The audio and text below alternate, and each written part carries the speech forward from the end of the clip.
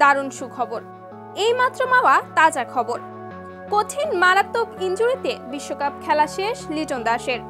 আর তাই কোচ হাথুরু সিং এর এক ডাকেই বিশ্বকাপ ও ভারতের বিপক্ষে খেলতে আজ বিমানে করে উড়াল দিলেন তামিম ইকবাল। বিস্তারিত জানতে ভিডিওটি না টেনে শুরু থেকে শেষ পর্যন্ত দেখুন। দর্শক, ভারতের বিপক্ষে প্রস্তুতি ম্যাচ খেলার জন্য মাঠে অনুশীলন করতে গিয়ে চরমভাবে আঘাত পায় লিটন দাস। আর তাই লিটনের এমন অবস্থা দেখে সুস্থ হতে প্রায় 20 থেকে 22 দিনের বেশি সময় লাগতে পারে। দর্শক, এই বিষয়ে ডাক্তার দিবাশিস বলেছেন লিটনের অবস্থা খুবই খারাপ।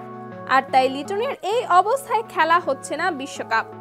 তবে দর্শক, অবশেষে সবাইকে অবাক করে কোচ হাথুরু সিং এর দারুণ আচমকা চমক দিয়ে তামিম ইকবালকে বিশ্বকাপ ও ভারতের সঙ্গে প্রস্তুতি ম্যাচ খেলতে বিশেষভাবে ডাক দেন।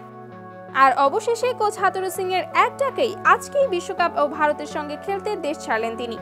তো দর্শক, আপনাদের কি মতামত? কোচ হাথুরু সিং তামিমকে দলে নেওয়াটা কি আসলেই ঠিক করেছে? জানিয়ে দিবেন এই বিষয়ে আপনার গুরুত্বপূর্ণ মতামত ভিডিওর কমেন্ট বক্সে। ধন্যবাদ।